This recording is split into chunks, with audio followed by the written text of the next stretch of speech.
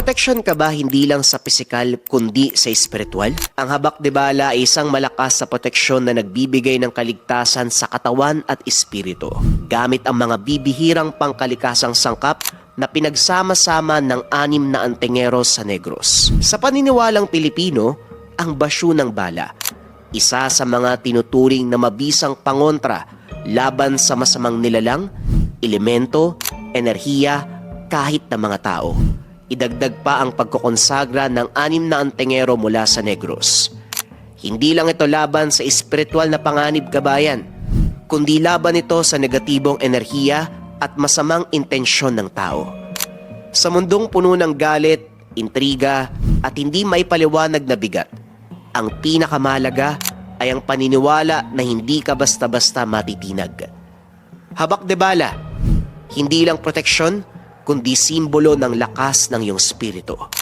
Kung interesado ka kabayan, i-click lang ang yellow basket or visit ang shop ng Likha Merchandise.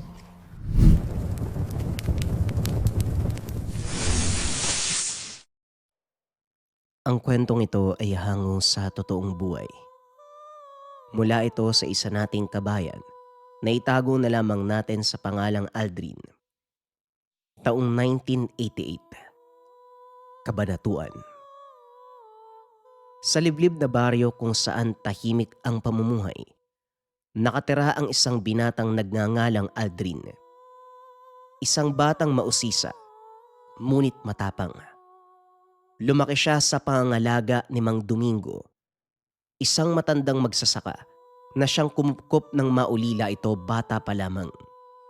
Habang nasa sakahan, kung saan terik ang araw, pinunasan ng binata ang pawis mula sa kanyang noo. Mang Domingo, magpahinga po muna kayo, ako nang bahala dito. Masyado pong mainit ang araw sa balat oh. Baka mapano na po kayo niyan. Wika ni Aldrin sa matanda. Ayos lang ako, iho. Ikaw, baka naman napapagod ka na. Tugon ni Mang Domingo. Hindi naman po, Mang Domingo. Pero baka nagugutom na po kayo. Ilang oras na rin tayo dito sa bukid eh. Kumulo ang sikmura ng matanda. Ay, mukhang tama ka dyan ah. Halika, punta tayo kay Lupe. Siguradong may lutong ulam na doon. Ngumiti si Aldrin. Nagtungo na ang dalawa sa bayan. Sa baryo dinadagsa ng mga tao sa karinderya si Aling Lupe. Kilala sa buong lugar ang kanyang putahe. Mga lutong bahay na sinasabing pinakamasarap sa buong sityo. Dahil dito, halos araw-araw puno ng mga mamimili ang maliit ngunit masiglang kainan. Aling Lupe! Aling Lupe! Pabili po nito oh! Wika ng isang residente, sabay turo sa paninda. Ako rin, Aling Lupe. Isa rin po nito. Ay, sandali lang naman, isa-isa. Hindi kayo mauubusan. Wika ni Aling Lupe. Madalas po kayo nauubusan, Aling Lupe. Oo nga po, mabuti nakahabol pa kami. Natawa na lamang si Aling Lupe sa mga sinabi ng residente hanggang sa nagsalita si Mang Domingo. Oy, Lupe! Ikaw pala yan, Domingo. Mabuti naman at nakarating ka ng maaga. May natira pang mga ulam dito. Halik kayo't mamili kayo. Naupo na ang dalawa at kumain. Aling Lupe, nandito na po mga pinamili nyo. Saan ko po ilalagay? Wika ni Paulina, ang katuwang ni Aling Lupe sa karinderya. Ay, maraming salamat, iha. Diyan mo na lang ilagay. Oh, Aldrin, Mang Domingo, kayo pala yan. Parang ngayon ko na lang kayo nakita uli ah. Yun nga eh. Sa wakas, naabutan namin yung mga paninda ni Lupe. Asa...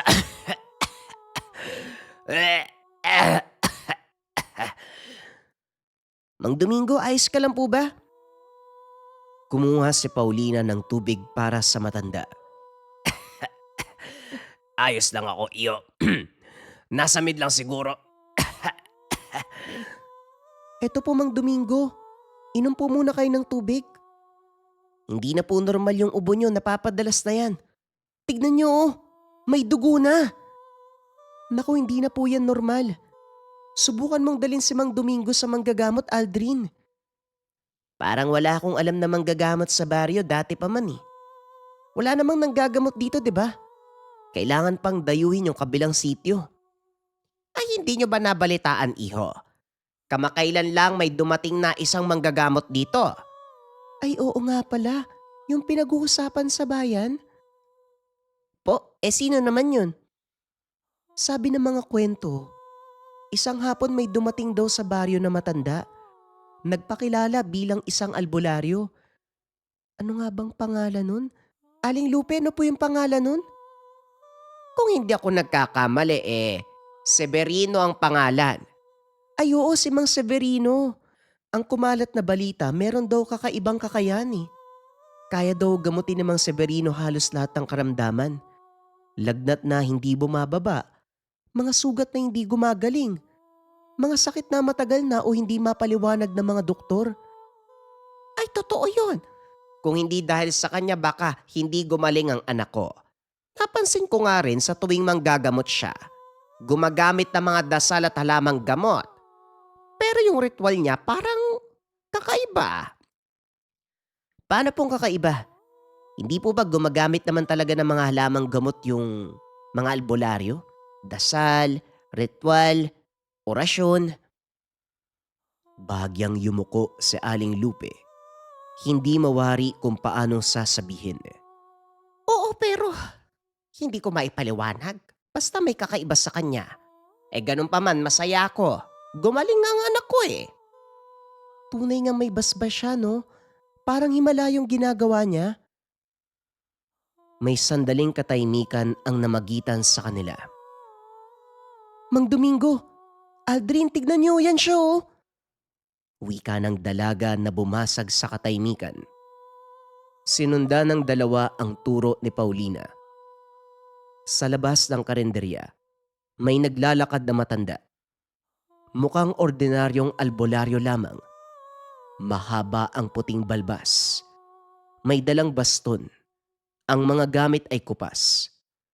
Kulubotang balat dulot ng katandaan. Ngunit may isang bagay na napansin si Aldrin. Isang bagay na nakapatindig ng kanyang balahibo. Kahit terik na terik ang araw, napakaliwanag ng paligid. Ngunit ang anino ng matanda ay hindi matagpuan. Kinusot ni Aldrin ang mga mata. Nagbabaka sakaling namamalikmata lamang ito. Pero nang pagdilat niya, wala na ang matanda. Asa na siya? Ang bilis naman. Oo nga no. Pero baka nandyan lang na... Kanina nandyan eh. Masyadong maraming tao. Siguro sumuksok kung saan.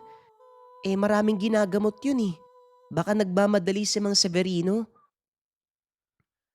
Naging palaisipan kay Aldrin ang nangyari. Pero isinantabi na lang muna. Isang gabi, nahuli sa bukid si Aldrin. Habang naglalakad pauwi, nakita niya si Mang Severino sa ilalim ng lampara sa may bayan. Napansin muli ng binata na wala itong anino. Bakit ganun? May liwanag naman. Pero hindi lumalabas yung anino niya. Sigurado kong hindi yan normal. Hindi din ako namamalikmata. Wika ni Aldrin sa sarili. Kinabukasan, lumapit siya kay Mang Domingo. Hindi niya sinabi kagabi ang tungkol sa naobserbahan dahil ayaw istorbohin ang tulog ng matanda. Mang Domingo, tungkol po dun sa dayong manggagamot, yung albularyong sinabi nila Paulina at Aling Lupe sa ating kahapon? Anong meron iho?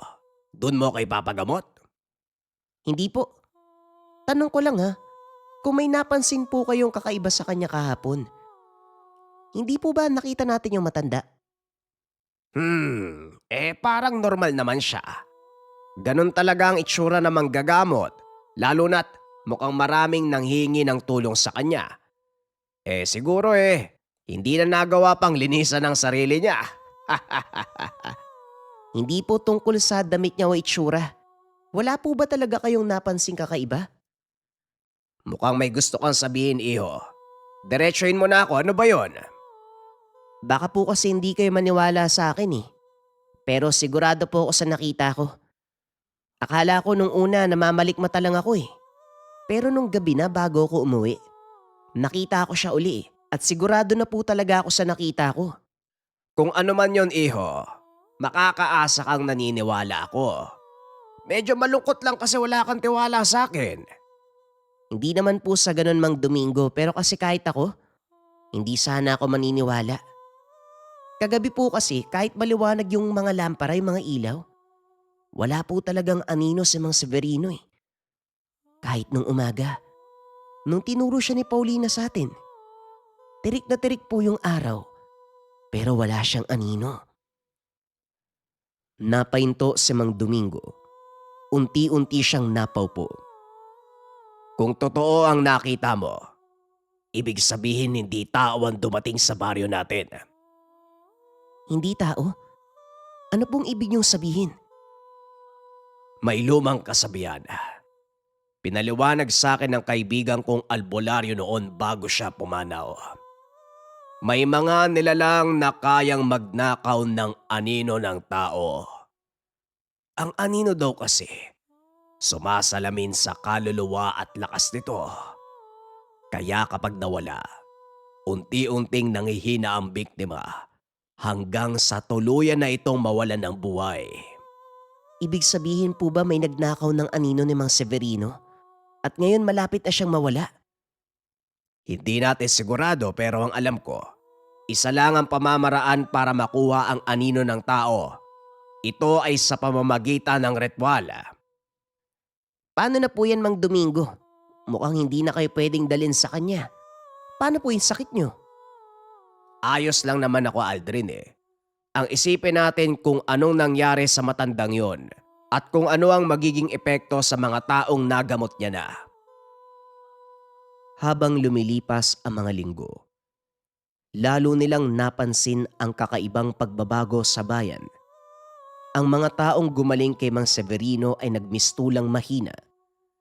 Namutla sila, madaling mapagod, at tila nawalan ng sigla sa buhay. Hindi ko na alam ang gagawin ko. Ilang araw nang walang gana ang anak ko.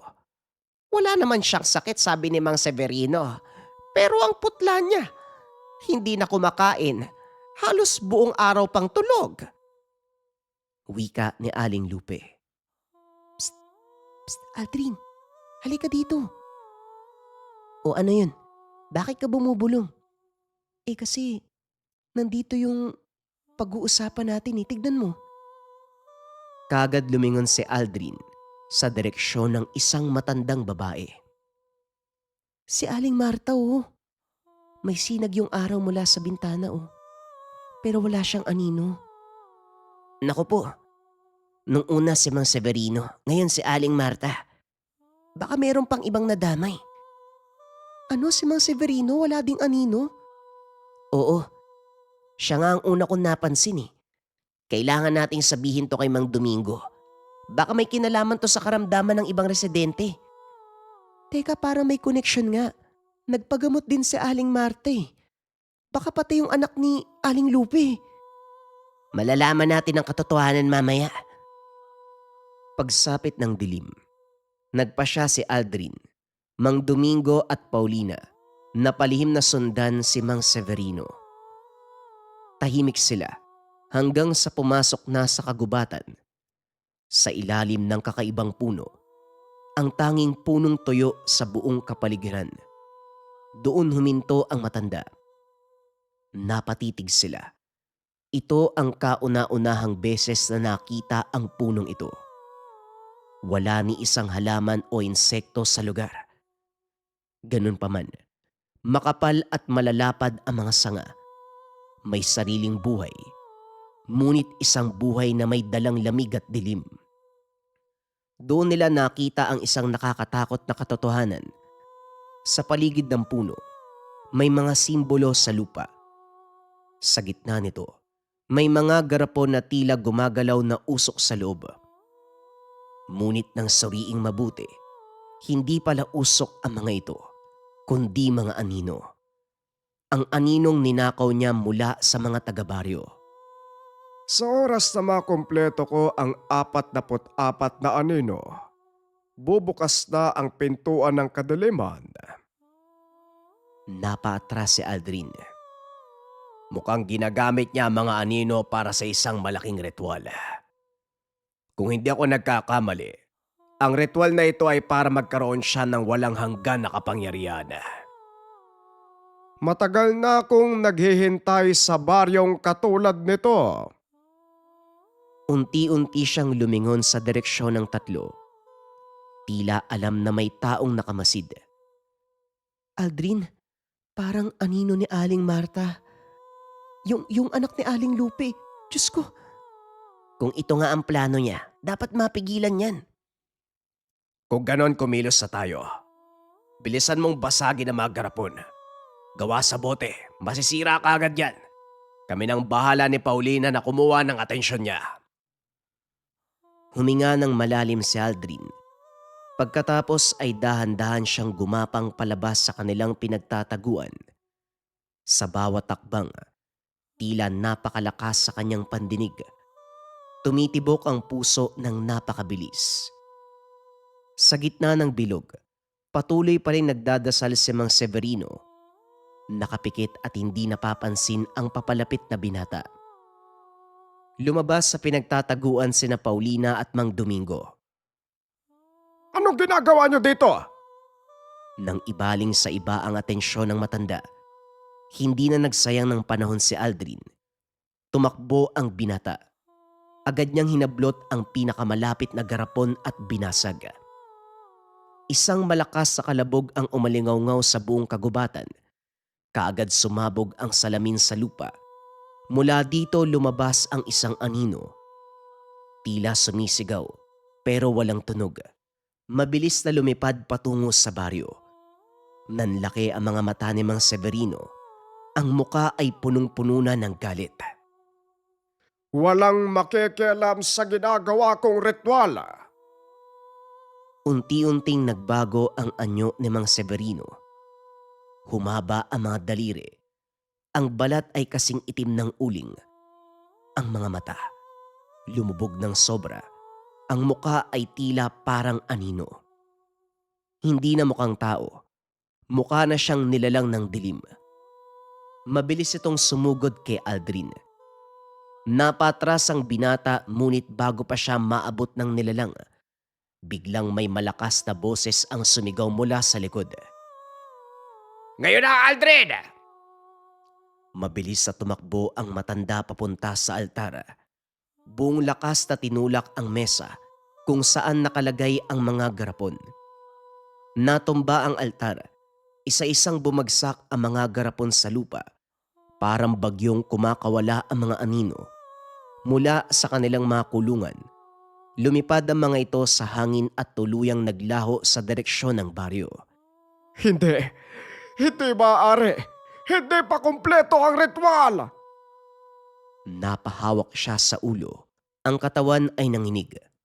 Ang dilim na bumabalot sa kanya ay tila kumakawala na. Unti-unti siyang naging manipis. Parang usok na tinatangay ng hangin. Hindi nyo naiintindihan. Kailangan ko pa ang mga anino. Kailangan ko pa. Hindi na natapos ang sasabihin. Dahil sa sandaling yun, ang natitirang liwanag mula sa buwan ay tumama sa kanyang katawan. Doon nila napagtanto ang nakakapangilabot na katotohanan. Kaya walang anino ang matanda dahil siya mismo ang anino. Sa pamamagitan ng mga naiwan nitong gamit at lumang aklat, natuklasan ni Mang Domingo ang mas malalim nitong lihim. Matagal nang patay ang tunay na Mang Severino. Ang nakikita ng mga taga-sityo ay hindi na tao, kundi isang nilalang na mula sa dilim na nag-aanyong tao lamang.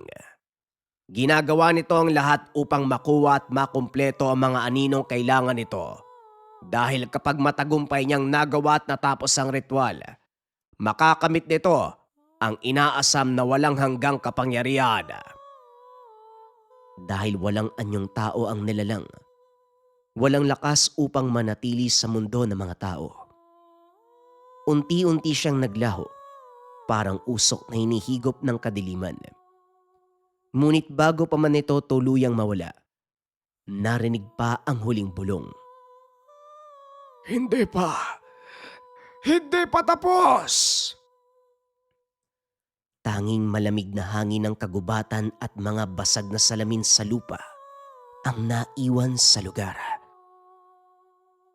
Kinabukasan, nagsimulang bumalik ang lakas ng mga taga-baryo.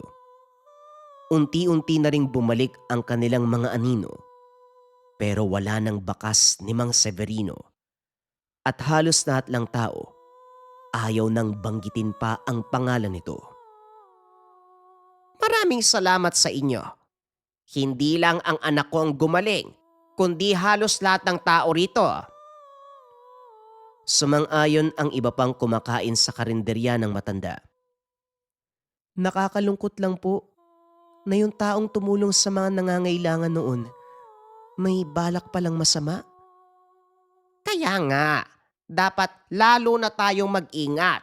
Huwag basta magtiwala kahit kani-kanino lang. Kung hindi dahil sa inyo, baka tuluyan ang nawala ang mga mahal namin sa buhay. At isa pa, hindi natin alam kung anong balak gawin ng nilalang na yon kapag nakumpleto na ang ritual. Wika ng matanda. Sumang-ayon naman ang lahat. Paunti-unti, muling bumalik ang katahimikan sa bayan. Pero mula noon, may isang bagay na nagbago sa puso ng mga taga-baryo. Hindi na sila basta-basta magtitiwala sa mga dumadating na estranghero. Mas naging maingat, mapagmasid sa kakaibang kilos, at mas handang alalahanin ang babala ng matanda patungkol sa mga nilalang na maaaring nagtatago sa anyo ng tao. Isang gabi, habang naglalakad si Aldrin pauwi mula sa bukid, napansin niyang maliwanag ang buwan. Huminto siya sa ilalim ng ilaw. Dahan-dahang sinilip ang lupa. Naroon ang kanyang anino. Napangiti siya. Nagpatuloy na muli sa paglalakad ang binata. Pero lingid sa kanyang kaalaman, sa dilim ng mga puno, tila may mahinang bumubulong doon. Hindi pa natatapos ang ritual. Mula sa malayo, sa ilalim ng malaking tuyong puno, may isang figurang nakatayo. Katulad ng dati, wala itong anino. Nag-aantay ng pagkakataon na merong isang taong magtiwala sa kanya. At mula sa tiwala ng isang taong ito, ito ang gagamitin upang mapasunod ang buong baryo sa kanyang nais. Kunin ang kaluluwa, kunin ang anino, upang buksan ang pintuan ng impyerno.